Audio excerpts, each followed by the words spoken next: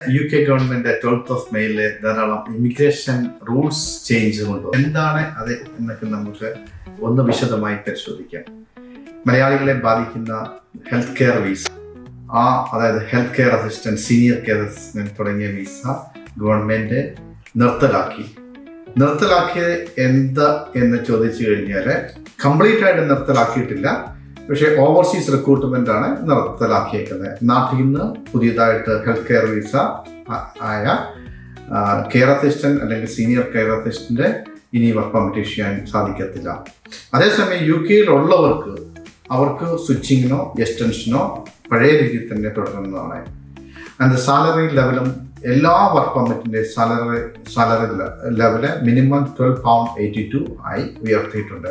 അതുപോലെ തന്നെ ഇനി ഫർദർ ആയിട്ട് ലെവൽ 6 ക്വാളിഫിക്കേഷൻ ജോബുകൾ, അതായത് ലെവൽ 6 ജോബുകൾക്ക് മാത്രമേ ഉള്ളൂ വർക്ക് പെർമിറ്റ് ഇഷ്യൂ ചെയ്യുള്ളൂ. അത് മറ്റൊരു മാറ്റമാണ്.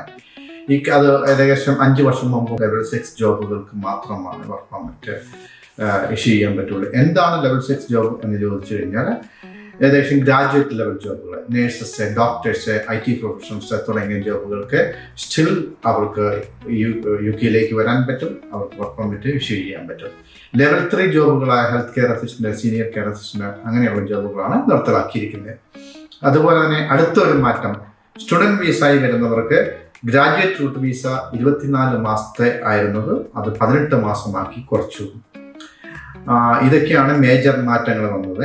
അതുപോലെ തന്നെ സാലറി ലെവല് കുറച്ചും കൂടെ ഉയർത്തി. അതിൻ്റെ കൃത്യമായിട്ടുള്ള രീതികൾ ഇതുവരെ ഗവൺമെൻറ് പബ്ലിഷ് ചെയ്തിട്ടില്ല.